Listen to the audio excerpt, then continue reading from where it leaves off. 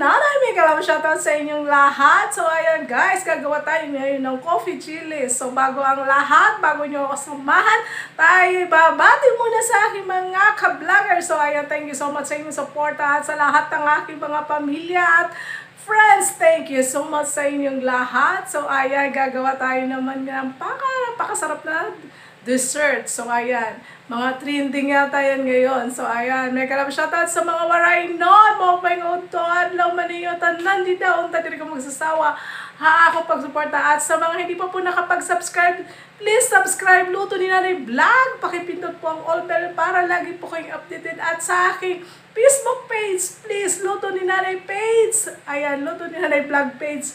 Sorry.